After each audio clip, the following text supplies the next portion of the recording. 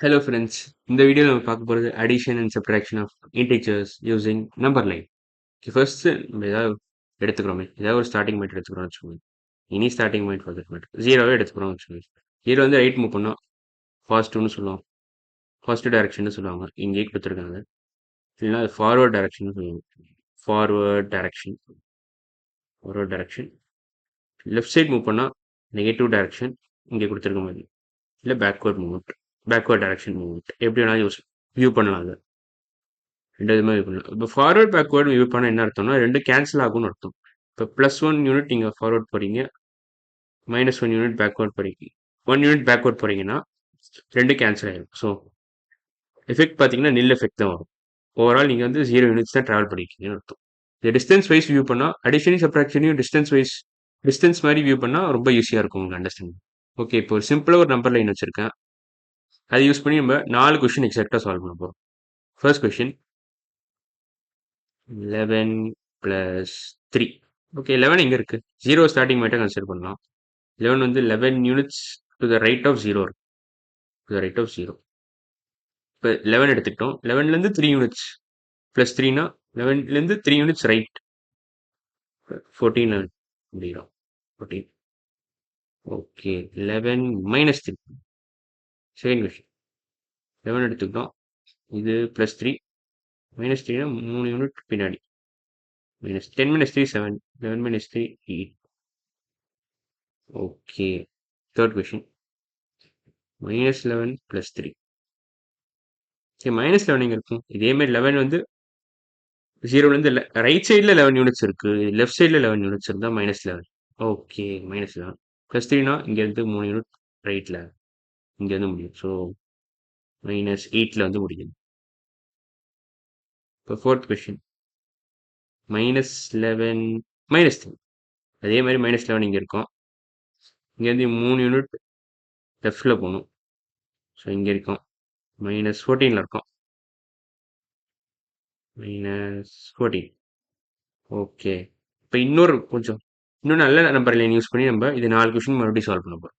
இப்போ இன்னும் நல்ல பெட்டர் அண்டர்ஸ்டாண்டிங் கிடைக்கும். அப்புறம் ஒரு சின்ன நியூவான்ஸ் சொல்ல போகிறேன், அதை 4 கொஷின் முடிச்சுட்டு சொல்கிறேன். ஸோ 11 + 3 +11 தான் அப்படி எழுதியிருக்கேன். அது எழுதணும்னு அவசியம் இல்லை, சும்மா வெறும் 11 எழுதுறேன். First question 11 + 3. 11 எங்கே இருக்குது? 10லேருந்து ரைட் சைடில் ஒரு யூனிட் தள்ளி இருக்கு. ரைட் சைடில் ஒரு யூனிட். 11 + 3 1 2 3 இங்கே தான் முடியும். 15க்கு ஒரு யூனிட் பேக்கு 14. 11 - 3. 11 - 3. 11 இங்கே இருக்கும். -3 1 2 3 கரெக்டாக இங்கே இருக்கும். ஸோ 8ல் முடியும். 11 - 3 8. Third question -11 + 3.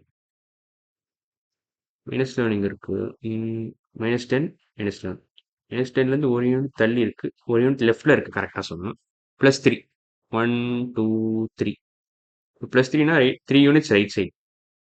ஸோ இது -8. -8ல் இருக்கு. Fourth question -11 -3. -11 இங்கே இருக்குது, இந்த இடத்துல இருக்குது. -3னா 1 2 3 இங்கே இருக்கும். -15க்கு ஒரு யூனிட் தள்ளி ரைட் சைடு இருக்கு. -14 -14.